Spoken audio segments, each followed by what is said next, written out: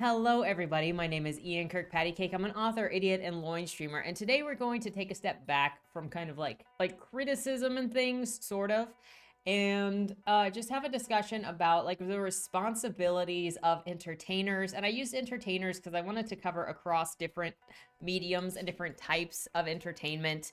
This is just going to be like thinking out loud and sort of reflecting on some of the books that I've read this year or over the last couple of years, really, and some of the discussions that have been here, and especially because of the discussion video from Saturday and with Tampa from last week, and sort of the books that are going to be coming up that I'm also going to be reviewing, which include like Sold.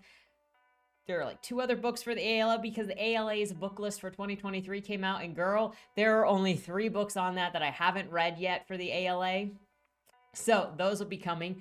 I have Heather to read for the conversation I'll be having with Effie. Then there's Lolita. Then there's My Dark Vanessa. And so then I'm going to be, touching on some pretty heavy topics in the next couple of book review videos. But also the reason that we're doing this today on Thursday, because one, I am actually reading Bringer of Light right now, which is a very long book. It's around 700 pages. And if a book is over like 400 pages, it usually takes me longer than a week to read it, especially because I tend to go a little slower with longer books to try to keep the things that are going on in the book straighter because it's over a longer period of time. And then 2, because Saturday's video is about generative AI, and so then but mostly because I don't have a book review this week due to reading a longer book, and I did not pause to go and read a shorter book just to get the something for today. So we're going to do book discussion today and generative AI on Saturday. And then hopefully next week I can bring you Bringer of Light. But before we get started, number 1, if you enjoy what I do here on the channel, please remember to like, share, and subscribe for more. Number 2, if you would like to be featured on the channel, check out the links down in the description below. The number 1 way to be featured is through lmao, the monthly prompt writing contest, where I give you a prompt, you write a short story using that prompt, and on the first Monday video of the month, we bask in your creative geniuses because you guys are genii. That is a plural that I just theoretically made up. Maybe somebody said it before me, but if they did, I didn't hear it, so. The second way to be featured is if you are an indie author and you have a book out or a book that is coming out. If you submit it to the Fresh Meat feature, your first chapter and your cover, it'll be right here on the channel to hopefully help more readers find your work. And then the third thing is if you would like to check out any of my books, they're available at any of your favorite places to get books, including the local library upon request. I want to like talk about like my creative partners and I possibly planning things for the future. That'll be cool, but keep that on the DL at the moment. I mean, we got some great stories coming up. And then Body More Zero is coming out in October. Keep your eyes peeled for the ARC availability because that will be coming probably in the summer. Mostly, I gotta do some crit on it and get through another edit and get the cover. But summer's been pretty reliable, and then it'll be out October 31st. With that said, let's get into it. So we're taking a step back to think out loud about criticism, personal bias, kind of brain stucking what that kind of means in this situation, and the motives behind creation. I'm mostly going to focus on books, and especially my books, because I can give more context to this conversation via my books, since I know the choices behind my stuff. Some of the things in my book, some of the choices I can't explain, but other things I can't explain. And I'm also going to share some passages from some of the stories that I'm working on to sort of illustrate some of the points, because I think it helps to give context in what you're looking at to hear some of those references. Now, Body More Zero is going to be harder to reference because I think overall it's just the vibe between Casey and Ralph is you're going to have to like read it to see how they are to really get how bad it is. But I'm gonna give you a scene from that. But I love that book already so much. I love those characters so much, and I'm so excited that I got to work on it, and I'm so excited that I get to share those characters. Oh my gosh, if you saw the short that came out yesterday, I love Casey so much. But what is today's video? Generally, what I do on this channel is I'm not an authority in any way, shape, or form, okay? I am studied, I may have degrees, I may be very interested in certain industries or in psychology or in studying how things work in certain ways, but I am no expert. What I am is a fool, though. And by that, I mean I am totally okay with throwing my ideas out there, or throwing my thought processes out there, or throwing my observations out there, no matter how outlandish they are, or how crazy they sound, or like how unthought out they seem. Because I know that I can look back at some of the things that I have said and go, oof. But sometimes to get to the right answer or to get to the truth, you kind of have to be an idiot sometimes. And so I kind of let myself just be that and get my thoughts out there. So in talking about Tampa in last week's video, and then the discussions that ensued after that, both in the comments and in the Discord and with various people, you know, I sit and I think about what I said, what my thoughts are, where my lines are, what is it that I'm trying to convey in anything that I'm saying about this situation. Because, like, I believe that there is generally a place for all kinds of writing. And there was somebody in the chat there was somebody in the comments that specifically referenced, you know, writing stuff like Tampa as a form of as a form of therapy. And yeah, I don't think that anything is above writing as a form of therapy. In the case of Tampa, I specifically meant more as a commercial endeavor. But I still want to think about, like, what is it that I'm asking for? What is it that I'm saying? What is it that I even want to fully say about Tampa and just what Tampa was?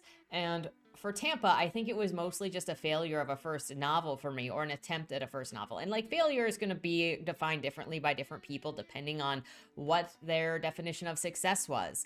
And for me, if I take out the taboo factor of Tampa and I just look at the contents of what Tampa is, it struggles with a lot of what I consider to be first novel problems. There is no plot, there is no character development, it leans on extremes for no purpose. And I mean, there's the technical stated purpose by the author that says she's trying to lampoon this style person by making them a psychopath. And I can see what she was trying to do, but I think it fell flat because of the other elements of the book. In the manner of writing a psychopath in first person and drawing the reader into the delusional state of how that character doesn't understand or doesn't acknowledge that anything is wrong, I think the author was successful in creating that kind of character. The problem is that, for me, that the character didn't go anywhere. The character didn't have a purpose. The book wasn't able to actually escalate the issue. And this has happened, I think I've mentioned this in other books before too. I'm trying to think. Did I mention it with Sam Fenna's book? I know that I mentioned it with a bunch of the ALA books because a lot of those lean heavily on trauma and in bad circumstances. And when you start off at 100, then there's nowhere for you to escalate the story to build that driving action. And so in the case of Tampa, I think that it would have been better served as a character study if we had this character getting along in her community and getting along with her husband, and you think that she has this perfectly perfect lifestyle, and then slowly you start introducing these elements of her interacting with the students that are underneath her, and you're getting these feelings that things are kind of off, and you're getting these sentences every now and then that kind of slip things in. And it doesn't have to be super slow burn, because you can escalate it to it very, very quickly. But start building into that slow reveal of who she is by leaving uncomfortable hints throughout the text, and then make your first act climax. She is making her move on one of the students, and you go, oh, that wasn't by accident that she was saying those things. That was on purpose. It makes me think of back in undergraduate school, in one of the first writing workshops that I had. Get ready to judge me, you guys. So in one of the first writing workshops that I was in undergrad, I have a set of twin characters with with somebody, and he has a character and I have a character. And they were molested as children by their uncle. They were molested together, and they developed issues growing up. Their story is one of tragedy. It is heavy tragedy. And I wrote a short story using them and submitted it to the class. And some of the critiques that came back were just that they recognized some sentences in there that were kind of uncomfortable, that kind of was like, kind of feels incesty is what they said, but they weren't sure because it wasn't overt. And at the end of the day, like, I didn't confirm or deny anything with them, but these characters went through sexual abuse together, and they have a very complicated relationship because of it. But that just left hints instead of being overtly done in one way or another. And so that's kind of what I'm thinking more could have actually been helpful to Tampa in setting that up and then bringing the character in. I think that the book did a disservice by trying to completely say, do not feel for this character at all. Do not recognize this character as human at all, because female predators are often seen specifically as human, not just as human, but as a vulnerable person in the situation. And so it kind of completely flipped the situation on its head, which can be a satirical choice, but it didn't really make sense for the stated goal of the author. In reading Tampa, I basically ran into the same issue that I run into with a lot of books that I just feel are not really developed very well, where it's going from one traumatic event to the next, to the next, to the next, and there's no escalation, there's no variation, it just kind of is there. Like, if you look at Forbidden, a lot of people love Forbidden, but if you go look at my review on this channel, there's like no escalation. There's like, these characters aren't even really living, it's just kind of going between things, and there's just nothing happening. When at the very least in that story, even if it's an interpersonal story, you could have them be specifically focused on Lachlan trying to get into college, and then Lachlan struggling with the idea that he needs to take care of the family, but he also needs to get into college to take care of the family. And he also feels like he owes it to his little siblings to take care of them so they can live out their dreams, because he's the oldest brother and their mother failed them and their father left them. So like, that adds so much pressure between makes Lachlan have make a choice. And so then his schooling and his failure in classes, when he starts failing his tests and writing about suicide, could be recognizing some other things, such as the pressure put on him that he is not allowed to have a future because he's supposed to live so that his siblings can have a future. And he's just supposed to give it up because his parents failed him, and now he is the next one in charge, which is often what kids might go through, especially children of divorce, because I specifically remember when my dad left and my family fell apart, because let me tell you, the fallout of my father's exit was nuclear. It's just like everybody broke. And I remember thinking as like a 10, 11, 12-year-old, however old I was at the time, that my brothers were unable to do what they needed to do. My mother was unable to do what she needed to do. And so then as the third in line, I needed to find some way to be stable in order to cover for their instability. I needed to become the next person to remain stiff for the house, to have somebody to lean on. And at that point, I started to dissociate a little bit so that I would be less emotional, to the point that I then kind of got mocked for being a robot because I wasn't emoting enough for my family. I was supposed to be sad. It's a whole thing. But I coped in that way, and I felt like I needed to be responsible, even as the third in line, because everything felt so crazy. So I could see Lachlan taking that on, and yet we don't get any of that. And instead we get this overly sexually described, overly sensual interactions between the sister and the brother, and no focus on the actual story between the characters. But then that's also going to be specifically my interpretation or how I read, because I look for specific things in the story. And if you look at people who enjoyed that story, they took something completely different away. Now, I'm mentioning this because I understand and I appreciate every single comment that I get, by the way. Well, everyone except ones that start insulting. I don't I don't like to deal with insults to the authors, insults to the other readers, or insults to me, because I don't think that it's conducive to a healthy discourse. But I appreciate every comment or piece of discussion that is about the topic at hand, because it gives me a chance to rethink, like, why I think the way that I do, or why I have feelings the way that I do, or if I'm overreacting to certain things, because I understand when I go into books with my own biases. I go into books with my own expectations, with my own likes and dislikes, and then my evaluations can kind of get stuck. And specifically, I have a specific understanding at the moment that I may or may not get stuck in evaluation brain from when I was doing the ALA books last year. And my whole focus was making sure was evaluating the books for whether I thought they were appropriate for schools or not. Whether stuff has merit outside of a school is completely different from the idea of, is this age appropriate to hand to a child? Should this be given to a child, period? And then you expose your brain to so much content because you're going to have like repeats of specific kinds of content on a banned books list that personally I just don't think is healthy. Specifically for me, if other people like to read extreme content and like extreme horror or torture or all of that for themselves, like that is their thing entirely. And I'm not going to say anything against what somebody else's preferences are, but I know for me that I can't keep reading stuff like that and not be affected by it.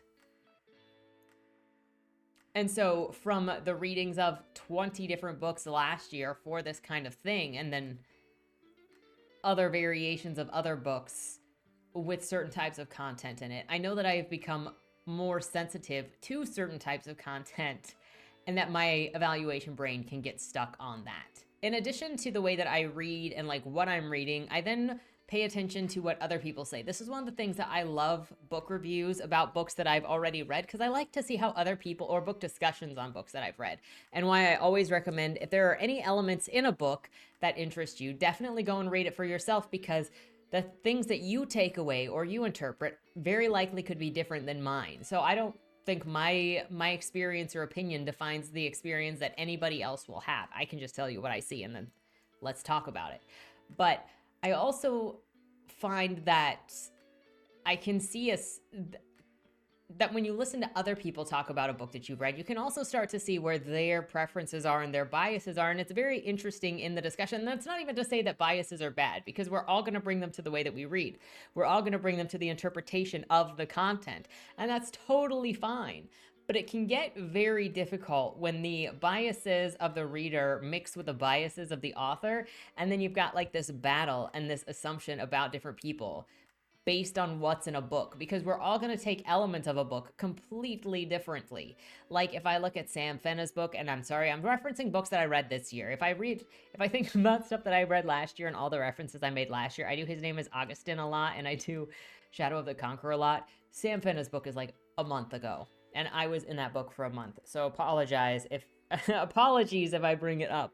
But in his book, there was so much sexual undertone, sexual current, and everything that it did. And that was part of what it was trying to do, I think, because it was a monster story. It was a monster society. And so it was merging death and sex. And that's one of the most horrible things, in my opinion. And one of the most demonic things is you mix death and what is supposed to be a symbol or an action of love, and you put them together, and that creates something evil. Now that's going to be a personal perspective thing that actually pops up in some of my stories. There is one of the deaths in Dead End Drive has to do with sex and death at the same time. And it's because I see that as one of the, like, a symbol of absolute evil. It's a similar thing in Bodymore where they talk about doing rituals, because there is a medium in Bodymore and he uses blood for the rituals because blood is, his personal blood is sacrifice. Or when he asks for somebody else to donate their blood to the ritual that he's doing, it's them making a sacrifice. They bring their memories to him. They are bringing a sacrifice. And so you can't have a ritual. You can't break the laws of nature without a sacrifice. And there are two ways to extract life from the human body, and that is through blood and that is through semen. And one is life and one is death. I mean, blood does a lot. There's a part of Bodymore that also talks about how blood, you know, is when you give somebody your blood, then you're giving them basically some of your time here on Earth, because of the way blood works inside of the body. Anyway, that's something entirely different. And so then we bring our personal biases and ideas into things, and it may not be as obvious because we're just used to seeing things. More often than not, I think a lot of issues that come up in stories are done by people who don't necessarily know what they're doing, or it's a complete mismatched style of story. Like, I know that I can't read cozies, I can't read stories that are just vibes, because I need the characters to be doing something, or else, like, why the frick am I here? They don't have to be doing anything big, but they do need a goal. I can't just exist in a world because I don't care. But I know that there are plenty of people who do like those styles of books. And going back into kind of the topic of analysis, it can be so easy to get stuck into thinking the worst possible thing about everything because it's just so obvious, you know? Oh, look at all of the sex in this book. There is clearly an agenda in this. When I think a lot of the time it's just this obsession, this perspective of what an author is trying to say and trying to do, and maybe not doing it effectively or well, or they're doing it for a completely different reason. Like if you look at Out of Darkness, my assumption of why that book was written is to hurt the reader. Because there are books that are meant to hurt the reader. I think A Little Life is another book that was written to hurt a reader. But every creator, every artist creates with a goal in mind. And sometimes that goal is to express a feeling. Sometimes that goal is to express an emotion. Sometimes that goal is to express an experience, to translate an experience into something that they've had or they've seen or they've studied, and they want to share that with somebody else. Sometimes it's just to create a vibe, or sometimes it's to create an escape, to create something fantastical to run away into, to insert yourself into. There are so many different reasons behind why a creator makes what they make, and not every creator creates the same for the same reason. Which is then why it can get super confusing with analyzing, because some creators are like very on the nose with, I'm telling you what to think. I've made this for politics, to critique you. And then other times it's a labor of love. It's out of a desire to be the best. If you think of 1984, it was written by somebody who believed in those ideologies at that time and could see how bad it could get if you didn't control your instincts to take it to the furthest extreme. And there are a lot of people that criticize the beliefs that they have in order to try to stop them from going to the furthest extreme, just as there are people who oppose those viewpoints and then criticize them. And sometimes it's just hard to tell if the person that is criticizing is for or against you, and then that is used as a way to dismiss somebody because of those things. The constant exposure to the same types of stories can also end up deadening, not only deadening you, like we see this a lot with exposure therapy as the point to end your response to something, but it can also be done in a destructive way where that thing that gave you a good feeling doesn't give you a good feeling anymore because you've been exposed to it so much. So you need to go to something harder and harder and harder. And that's how addiction works. And you get into harder and harder core stuff.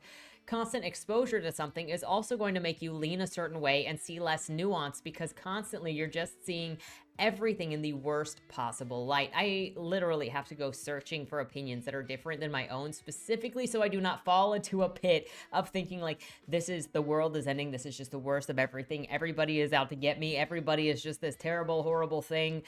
I don't think people are actually, in general, that horrible. I think people are just people, and people are very fallible. But it's just easy to assume things. So on the topic of easy to assume, this is where I'm going to get into some of my works. First thing I want to mention is in the Bodymore main series, Joey absolutely hates the cops. At the beginning of the book, she is constantly, I dislike the cops, they're lazy, they aren't helpful, they're self-serving. You even see her the first scene that she's in with a cop, she's like, I've seen the movies, I know what you people are like, you're not helpful, blah, blah, blah. She doesn't want to cooperate, she doesn't want to talk to the cops, even though her friend's missing, and then she takes it upon herself to go and look for her friend because she's pretty sure that the cops are not going to do anything. And I have had responses to Joey's hatred of cops, assuming that it is my hatred of cops. But she is her own character. And actually, you have to follow her story in order to see her character grow. And her relationship with the cops is one of the things that changes over time. Or at least her relationship with Rocky is something that is examined over time. There have also been people that have read the book and thought Joey's experiences and thoughts of Baltimore are my thoughts and experience of Baltimore. And this just goes into the idea of if you are, how a reader is interpreting the works of the author or the artist, because it is very easy to start making assumptions, especially when it's something as personal as first person. Now, I love first person. I specifically adore first person because it's a great way to get people into the heads of those characters, to have readers see characters in the same way that the character sees the world. And it can be so delusional. The only problem with first person the only problem that can come up with first person is that because the character is often in their own head and they just believe what they believe, okay? We all believe what we believe. Because you're in the character's head, you have no way of knowing if what they're saying is absolutely true or if they're making it up or if they're like being supported in what they think, because nobody is challenging on them, but you can't really challenge somebody in their own head. The only way to do that is by like giving consequences to actions, which Joey gets tenfold of, I'm just gonna say. But you can't, that's the thing that's harder with first person, with readers especially unfamiliar with you as a person, is they may assume that what the character is thinking is what the author believes in, specifically because it says I, and they're not being challenged when it is a first person. An example of this that I really love, that I think of first, is in Bodymore 3, and it's when Joey is so full of self-hatred and self-loathing to a delusional extent, where she thinks that Jag is better than her, that Jag is going to leave her someday because he knows he's better than her. She's just seat warming for the actual girl. And there's a point in Bodymore 3 where she's like, I know that people look at us when we're out together and people see Jag with me and they're like, why the hell is he with her? He's so much better than her. I've heard them whispering that. And that's delusion, but you don't have her being called on it with that being delusion, because she's in her own head thinking that. Though I have had some readers be like, no way. No way are people talking about her. And they're right. Nobody is talking about her because she's a literal nobody that nobody would notice in a crowd when she's with her boyfriend.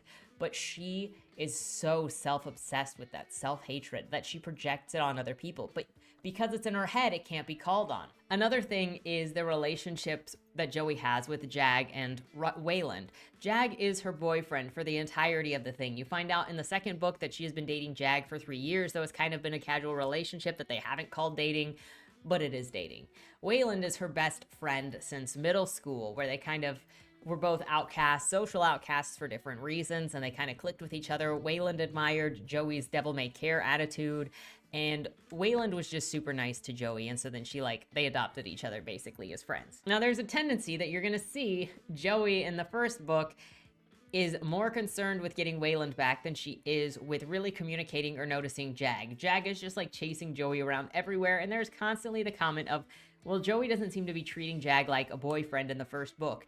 And that is correct, because she is obsessively focused on Wayland to the point that it would be confusing, to the point that it does actually become an area of conflict in the second book, because Jag is like, you need to choose between the two of us, because you can't have that conflict without establishing the fact that he is being neglected as a boyfriend. But if you don't read any further, you're just going to see those two in that relationship, and then you're gonna be like, it feels like he is pining after her and she doesn't really care. She do care. She also just in crisis. Now I'm really interested, I'm really looking forward to the release of Bodymore 0, because it's going to be interesting to see the response, because I am anticipating that some will call Ralph enabling, which he is absolutely enabling BT dubs. At the very beginning, throughout the rest of the story, he's constantly making excuses for Casey. He is constantly covering for Casey. He is 100% an enabler. He is also a victim, but he is also an enabler. But the difference is going to be, I think, when it comes to his giving Casey a second chance after you see everything that Casey has done, and that he is still being offered that second chance. And I am anticipating some people to be like, he's a bad person, he should not be able to get a second chance. Not like this, because then that does make Ralph a bad person, for knowing this stuff about Casey and then giving him a second chance. And then I'm expecting other people to get what Ralph is doing and what Ralph's sacrifice for Casey means on a more, symbolic place. But I did want to read this section so you can see the relationship between the two of them and how it looks to Ralph from Ralph's perspective. Quote, "There are no signs of him anywhere. Pain pulls at my chest. It's hard to breathe.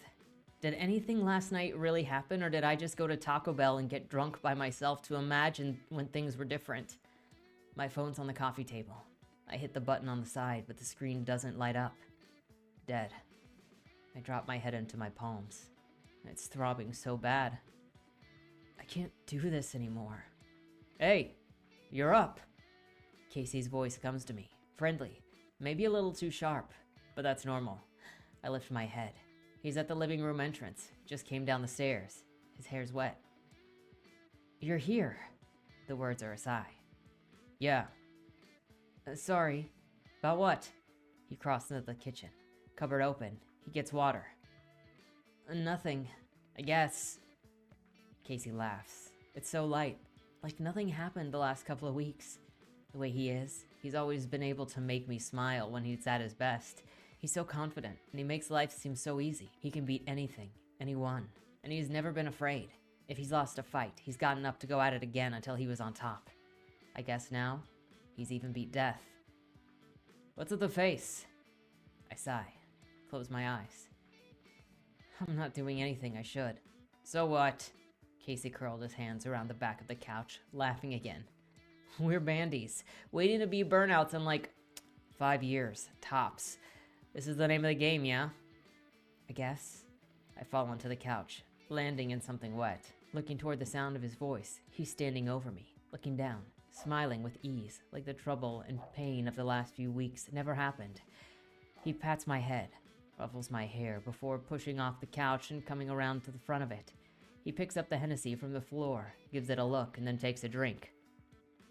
You're really here, I say. Yeah, I'm really here. He holds the bottle of Hennessy out to me. It's not what I want to drink. My head's pounding, my eyes are heavy, and my throat hurts from how thirsty I am, but I've never been able to tell Casey no. I take the bottle from him, have a drink, and hand it back. I use the buzz from the drink to give me the motivation to sit up. Casey sits down beside me. There's a little nod to his body. He sets the Hennessy down and then goes for one of the leftover burritos. The paper crackles in his hand. Reagan. He pauses, ripping it open. You haven't been feeling suicidal, have you? The question surprises me.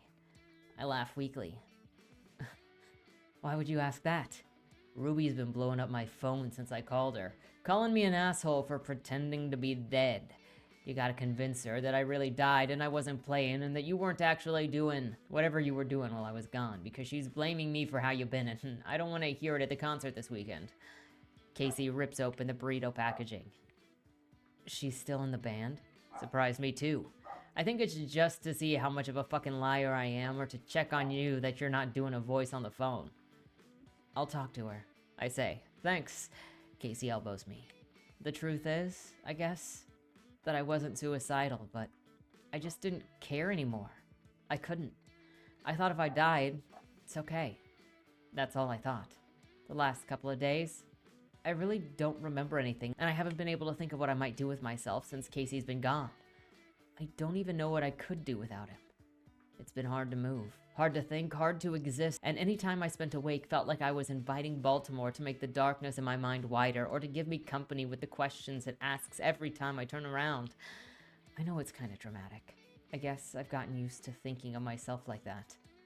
I still feel ashamed that I couldn't get out of bed, and all I remember is how much I wanted to answer the walls every time they asked for my name. But for real, Reagan, you doing okay? Casey says. It's moments like this when he shows a little bit of kindness, a little bit of interest. He's my brother and he always has been. Yeah. I think she's mostly worried that I wasn't eating. She know you've always been kind of a sketchy eater? He's got his phone in his hand. He's typing something. Then he grabs a burrito off the table and tosses it into my lap. I don't know.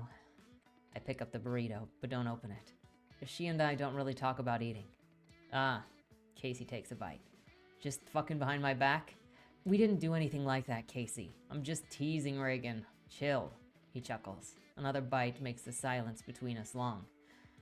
You guys have been talking behind my back, though. Think I didn't notice? I rub my brow. My head's throbbing. I open the burrito to give me something else to focus on, even if I'm not feeling so hungry. She was worried about how you were acting and thought that you were going to get yourself killed. Whoops, Casey says. Guess she wasn't wrong. He slips his phone into his pocket, reaching for a glass. They're both empty. He gets up and makes his way to the kitchen. He opens the fridge and shuts it hard. When he's back, he's got 2 plastic bottles of water in his hands. Hey, he throws one into my lap and rips the lid off the one still in his hands. Let's go up to your room real quick. We need to talk. Oh, what's wrong with talking here? I said we needed to talk in your room. Isn't that good enough? He comes around the front of the couch, leaning down. He reaches for me, pats my leg, and then offers a hand to pull me off the couch. His strength is like it's always been, imposing, powerful. His grip is hard enough it hurts my hands to hold, but he lets go as soon as I'm standing. Then he's leading the way. At my room, the door's already open. I don't know if I left it that way last night, but to be fair, I don't remember a lot. I just know that I rarely left my door open when I wasn't inside. It came with the feeling that things could creep inside, invited in. If it was closed, they wouldn't feel so invited, so they wouldn't be able to cross the threshold. It's the same reason I always close the door when I sleep and I keep the blankets over me, even when I'm hot. It's stupid, I know, and any shadow or thing or monster or murderer isn't going to stop because the door is closed and I'm under the covers.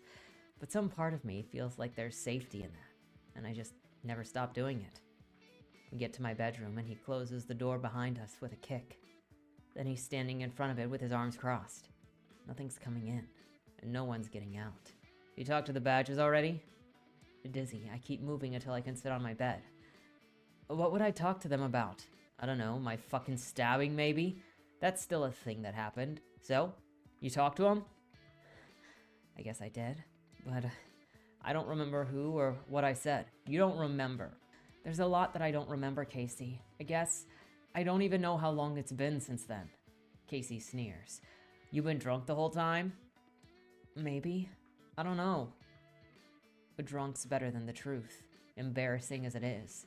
The nightmares and emptiness that I felt make whatever else I could say get scrambled and stuck. To think that there hasn't been anything that I wanted to do since he's been gone. There was no reason to move without Casey. Ruby was the only person keeping track of me, and with a week or two's distance, I'm sure that would have ended too. I didn't want to tell Casey how I spent my time because I didn't spend it doing anything but laying in bed, dreaming that maybe he wasn't dead, only to see him get stabbed again. Different places. Sometimes he was in my arms when it happened, and sometimes he was stepping in front of me, and sometimes his voice echoed while something else muttered through them in the deeper voice that sounded hungry, angry, and familiar. Reagan? Casey is both light and stern, pulling me to the bedroom. He crossed to me. A shadow stretches to the wall behind him. He sits beside me and his arm goes around my shoulder. Now I need you to be honest with me, he squeezes. What were you doing in my room? I sink, my head dropping in shame as my face burns. I needed to find our schedule. I had to cancel our venues, I say. That all you did? Casey's hold loosens. That's all I did. Okay. He digs something out of his pocket. An open letter dangles in front of me. The stamp for the Social Security office is in the corner. His dad's name is on the address label. What about this? There's a glint in his eye that always comes out when it's either time to start a show or a fire. I've never understood why he got so aggressive, but it's something that I've admired him for. Though it's also kind of sad. Not that I pity Casey at all. He's sure of himself and strong enough to defend what he wants. I understand well enough that soft eyes might make you look soft on the inside, and a soft heart leaves you open for destruction. No one in Baltimore really wants to be soft because the streets themselves are sharp. Casey's aggression is in response to what he's gone through. Things that I don't know, and maybe if I did, I could be more like him in ways that I need to be to survive without him. Casey waves the letter in front of my face, again, singing my name. My skin goosebumps. A chill goes through me. The house. It's like the room groaned. I laughed to release the pressure building inside. I was supposed to go through your things. I had to finish business, find bills, pay for the house. Does this look like a bill to you? I really didn't make it through much while you were gone, Casey. I stare at the floor. My fingers curl into my pants. Oh. Casey drops the letter onto the bed, placing it with his cigarette and his lighter. You really have no idea what this is? A letter from the government for your dad? I look at him, checking for tension. He's still relaxed. I thought he was in Florida. He is. I figured that he might be coming back for your funeral or to do something with the house. He's not. Then I don't understand why his mail came here. Don't worry about it. I'll make sure that it gets handled. Casey shoves the letter into his pocket. The cigarette goes to his lips. Tension builds in the room. Questions plaster on the walls in transparent orange letters saying, "Can't live like this." He's keeping secrets. When will you be next? I don't want to tell people how to feel about Casey. I don't want to tell people how to feel about Ralph. I don't want to, But I think that there will be strong opinions, strong feelings toward the way that Casey treats Ralph and the kind of ways that Ralph lets Casey push him around, or the kinds of ways that Ralph makes excuses for Casey. But then I think like later when it shows what Casey has been through, there's a chance that it'll be a mixed response, because I've seen people say that, hey, if you try to understand somebody or you try to explain why somebody acts the way that they do, then it's condoning that behavior. And even in looking at Tampa, you can see her complete rejection of understanding, of trying to understand, of wanting to understand what makes somebody become a monster. And Casey 100% is a monster, and he knows it, at least at this point. And by the time you get to Bodymore 2 and 3, when you see Casey and Ralph for the first time in the series, he is a changed man. But one of the signs early on, I mean, even before Casey dies, oh, you know, and that's not a spoiler. The inciting incident of Bodymore 0 is Casey dying. So you're gonna get that in chapter 2. But one of the early signs that he knows exactly what he is, and he's such a complicated character. I'm looking forward to after the book is released so I can talk about these characters a little bit more and like who they are and how they came to be who they are. But in making the video for yesterday's release, I was going through the script at the same time so that I could do another edit on it, and I came across the line of, I'm the same person that I've always been, Reagan. I got the blood of a monster in me. And he believes that. He has tried to distance himself from his father so much, which is another thing that people might, find things to take into the way that I write, because, oh, am I demonizing fatherhood by making crappy dads? No. Actually, I think that fatherhood is very, very important. And the failure of the fathers in these situations has resulted in horror. What is the phrase that Ralph says? There is a specific phrase that is in Bodymore. Regret is the beginning, horror is the transformation, tragedy is the offspring. And that's because that is what your parents plant in you. So there are a lot of different ways to read these characters, and that's one of the reasons why I really, really, really look forward to the discussion of Bodymore 0 when it's released. At least I'm hoping to find, some discussion of Bodymore 0. If there's nothing more that people really want than to have people talk about their characters, okay? At least there's nothing that I want more than to listen to people talk about my characters. Art of my characters is also great, but the next example that I want to bring in is the way that you could interpret the some of the satire in the current book that I'm working on, which is Boom Shakalaka Boom, the follow-up sequel to the book that nobody asked for in general. So it's another book that nobody asked for. However, it's highly satirizing American culture at the moment, especially because Blake's stepfather is a North Carolina vet. And so I want to give you this little blurb. This is still a first draft, so please accept that. But this is, I should tell you, when Jan shows up at the airport in America, it is Michael's dislike for the government and his long-standing rivalry with the feds that gets Jan out of being interrogated by the feds, and his vet status gives him a little pull. And he immediately is giving Jan the 4th degree, the millionth degree, really, because Jan is dating his daughter. And Michael has never liked any of Blake's boyfriends. They've all been losers, according to him. So then he gets him to their house. He's laying down the house rules. Obviously, one of the first things he does later is show Jan the gun room, because it's been a pretty good test, according to him.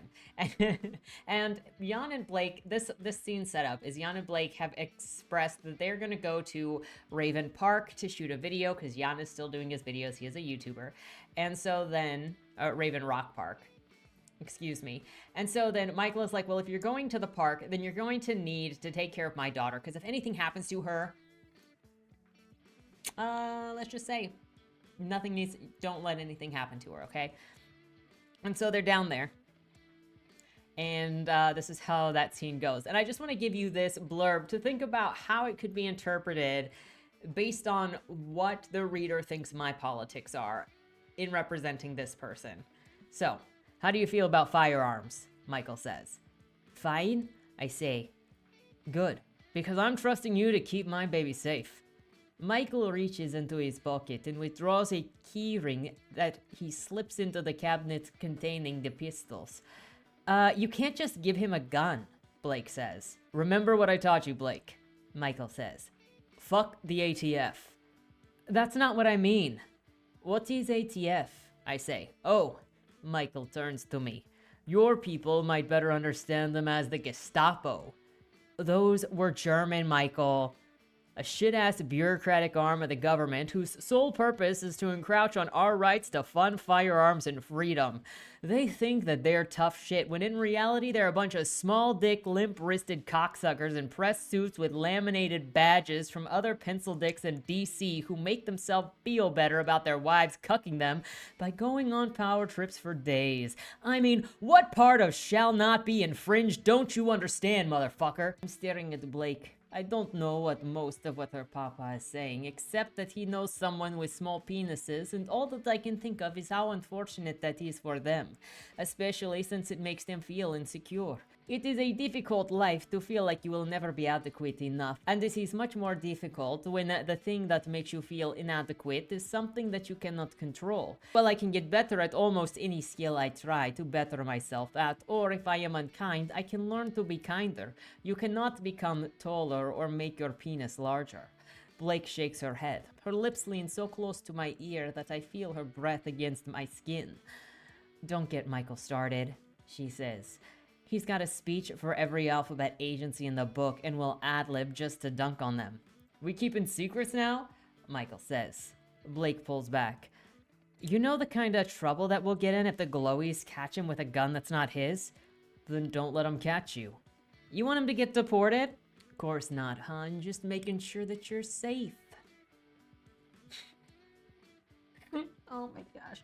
Michael is the type that he showed up at the airport with like his God guns grilling shirt.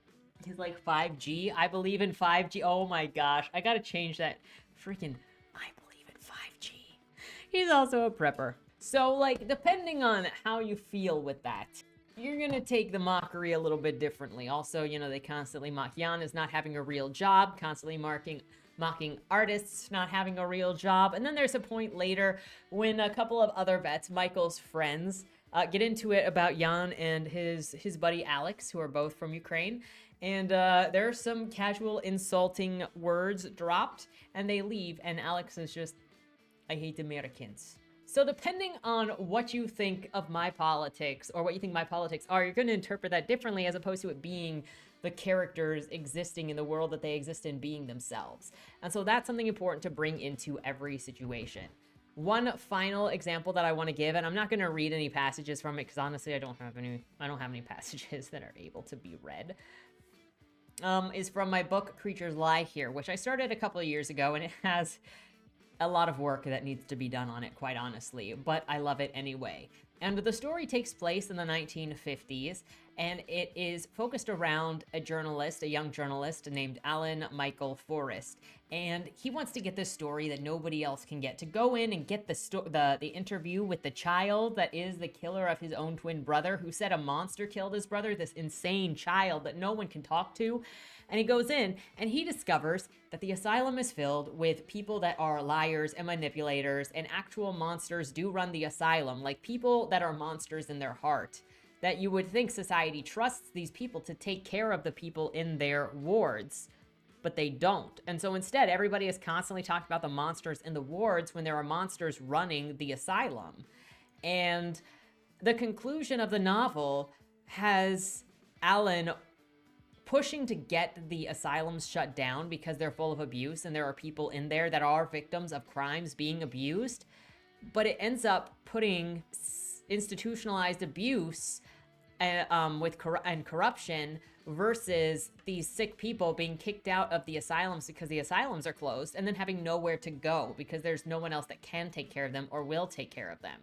And so there's no moral judgment made on that, but it still presents the idea. And depending on what you think or how you feel, is you're going to end up projecting or analyzing that story to mean or say what you think you want it to say. And I think that's one of the most fun things about book discussion, period, is how we can all approach them from a different way and understand things differently. And if you do it respectfully, you can really change somebody's mind about like, oh, did you see these elements? Did you see this element? This is how this character means this thing. Instead of assuming that every element that you don't like or you don't necessarily get is some sort of bigger diabolical manipulation tactic. And that's not to say that there are not bigger diabolical manipulation tactics, but I don't think that there are that as many as are sometimes assumed if you fall into certain rabbit holes of people kind of brain stuck on reading things in a certain way. Just an example of that, I was watching a live stream the other day that was by Jose. I posted his video, one of his videos on my channel a little while ago in the community tab, and he was reading a Ben Shapiro's book. He was reading a Ben Shapiro book on television, and one of the quotes that he highlighted was, "The politics are there, and they influence us the same way that Rachel's haircut influenced a generation of young women, or Fonzie's leather jacket defined cool." And so there is this heavy idea in certain circles that the only purpose and the main purpose of art and media is to manipulate the masses, is to brainwash the masses. And that falls into the line where I want to ask you, do you think that art imitates life or that life imitates art? Because for me, I want to lean on the idea that art imitates life, because the creators of art typically want to show the world things that they are seeing. Whether it is the emotional turmoil, which is something that I found very, very interesting to look at how Picasso changed his self-portraits over the years based on how he felt and what he wanted to portray. It is very interesting.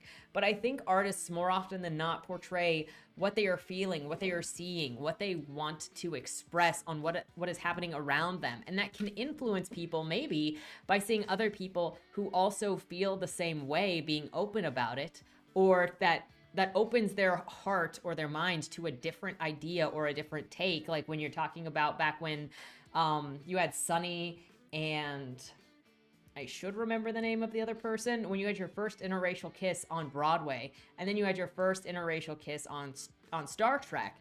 It wasn't about it wasn't about manipulating people. It felt more like it was, hey, look at this from another angle. And in some cases, I have to ask, is changing somebody's mind, is presenting an argument or a situation in order to change people's minds, is that the same thing as manipulation? Or what would you draw the line as between manipulation or changing minds?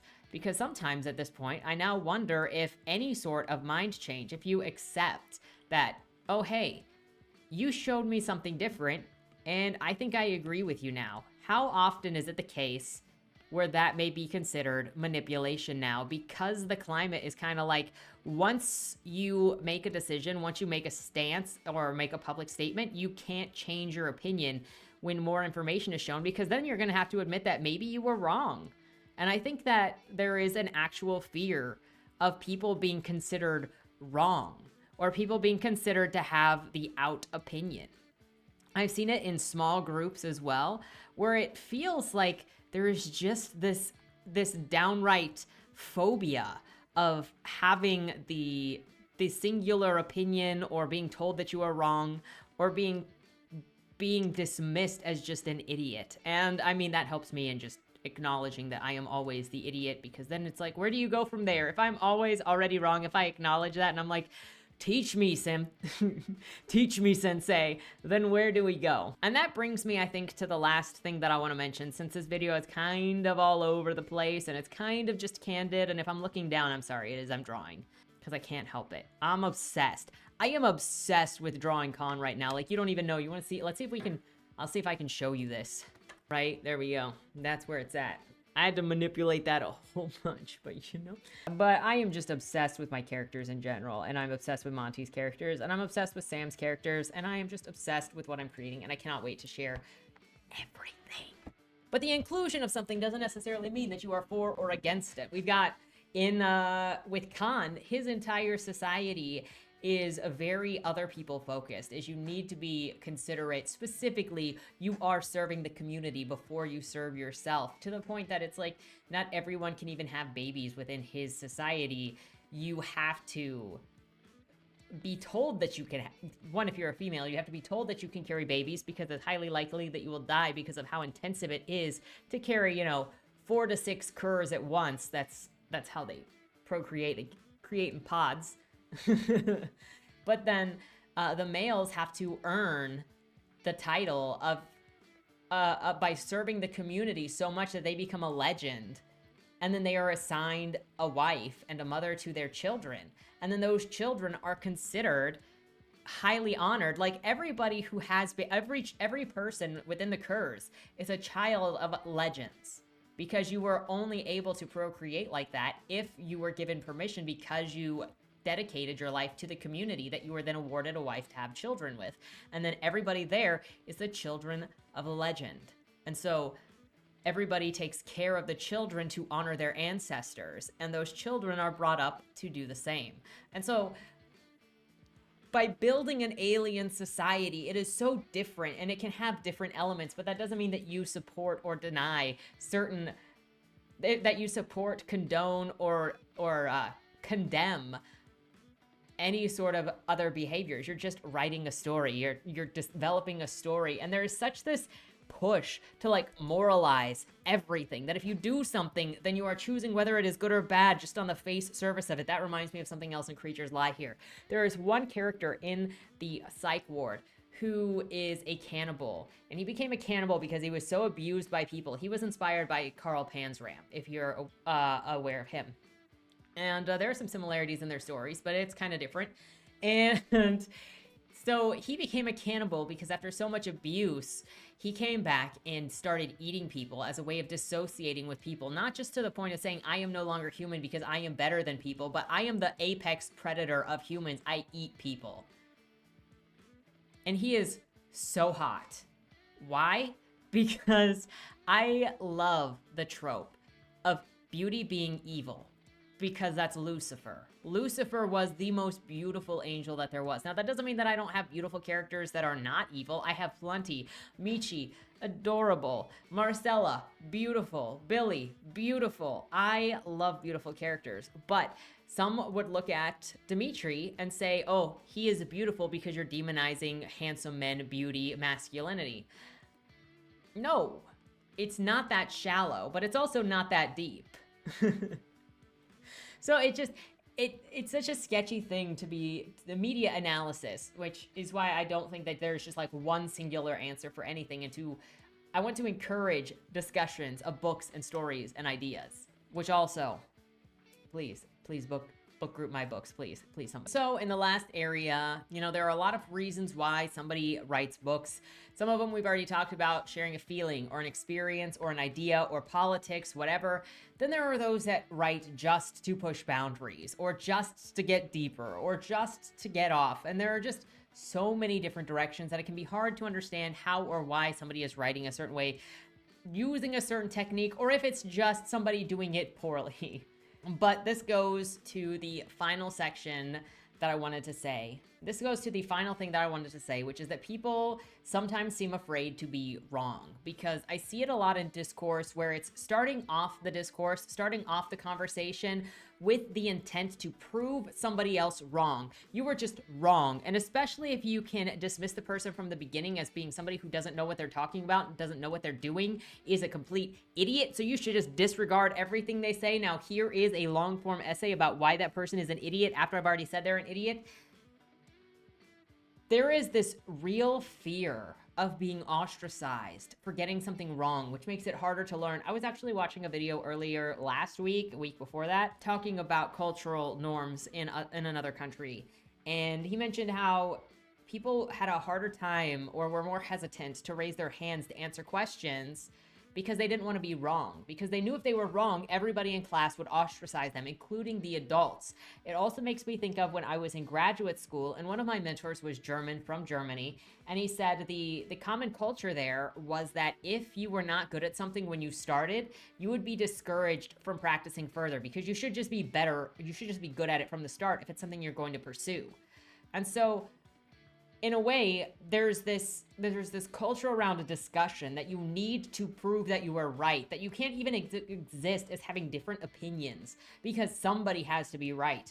But there is no correct opinion in pizza or hamburgers. There's only opinions. The other thing is that there is a two-way issue involved with these discussions, or with these combative relationships, where one side insults the other side and the other side insults the other side. So like, audience insults the creator, or makes statements about the creator of being some kind of ist, or being some kind of political actor. There's the creator of the content accusing the audience of being stupid, of being some kind of ist, of being some kind of political actor, of being some kind of person that should just pay pig to pay for the slop. And then it just kind of is mudslinging that then starts getting other creators that are not even involved in this kind of thing at all. And so it just makes everything very difficult. At the end of the video, what am I saying here? Reading is fun. Movies are fun. Discussion of media is fun. There are different sorts of people that write different sort of things, create different sort of things, and audiences that love and adore different sorts of things. If you are a creator of content, if you're a creator of art, if you're a storyteller of any kind, be it a visual or a literary or an auditory medium or any kind of medium, there is an audience out there for you. And I just think that discussion and books and videos and stuff like this is just, there's so much nuance that is getting missed. And I love storytelling so much. I think that's all. I just wanted to, I guess the ending video idea here is just that I love storytelling and I love everything about storytelling. Even when I don't enjoy the stories, I love talking about the stories. I love seeing worlds that other people see, characters that other people see, and getting to explore what that author wanted to show me, and then sharing what I think about it, and then finding out what other people think about it. I just love all of it, even when it's like, but that's what it is. I love storytelling. I'm not always the smartest. Usually I would like down here, but I can't get caught in my own interpretation and biases that sometimes I need to slow down after reading so much so that I can reevaluate what I think, what my responses are, what I'm trying to say, especially when you get into more taboo or stronger content. Like, because what is the effect of a story on society? What is the effect of one story on society? What is the effect of 20 stories on society? Is there an effect? What is the effect of the story on just your individual mind? And what should we be doing with this information? I don't know, but I just wanted to do a chill video talking about, I don't think we're doomed. Like, you know, let's call this midweek hope. I don't know. I just don't think that we're doomed. I don't think things are that bad creatively. Honestly, I think that it gets really easy to get stuck in a pit of like, oh no, everything is terrible.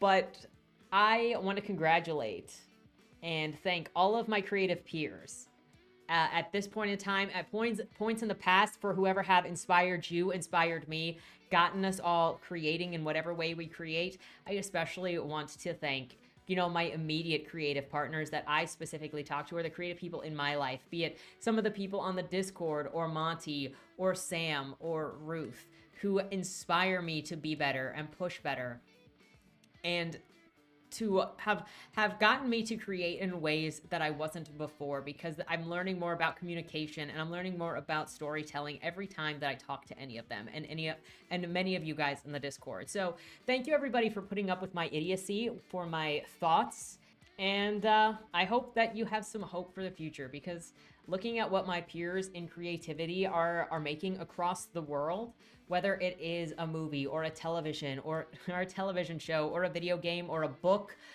or music or visual arts or statues. Oh my gosh, I love going downtown and seeing the new statues out there. There's a horse statue. I will get a picture of it one of these days when I go down there again and share it on the community tab. Remind me. But art just gives me so much life, so much purpose, and a way to communicate to others things that I couldn't communicate any other way. And that's what I get so excited about with sharing my work in whatever way that I possibly can, is trying to express these things that I see and feel and hear. And I'm so proud of everybody who is alive right now, who is one of my contemporaries, one of my peers in creativity. And I want to encourage you to keep pushing, to create what you want to create, to show the stories that you want to show. And I'll see you on the finish line. I will see you at whatever port. There's hope for you. Don't let anybody convince you otherwise. With that said, thank you so much for watching. Let me know your thoughts on story interpretation and medium. And I'm sorry this is like all over the place, but also not sorry. It's just how I am. Have a great week though, and don't die. Was that Wayland Cross in the trunk? Do you know, or is that something that's still being figured out? The person in the trunk was not Wayland Cross. Is he in trouble? We don't know who did it, but as the owner of the car, the longer he's missing, the worse it looks for him. Cross isn't a killer. For the last couple of years, the average number of murders in Baltimore has been over 300, and it's been going up.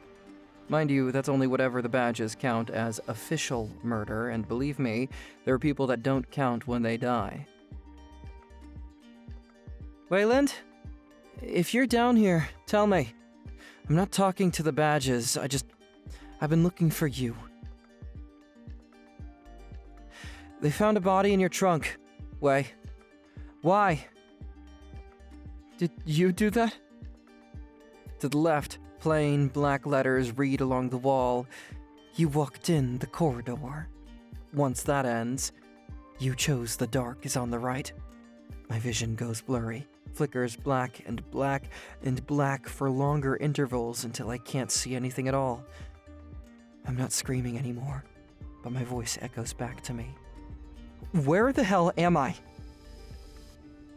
You're dead, Josephine. Even smart people do stupid shit sometimes, right?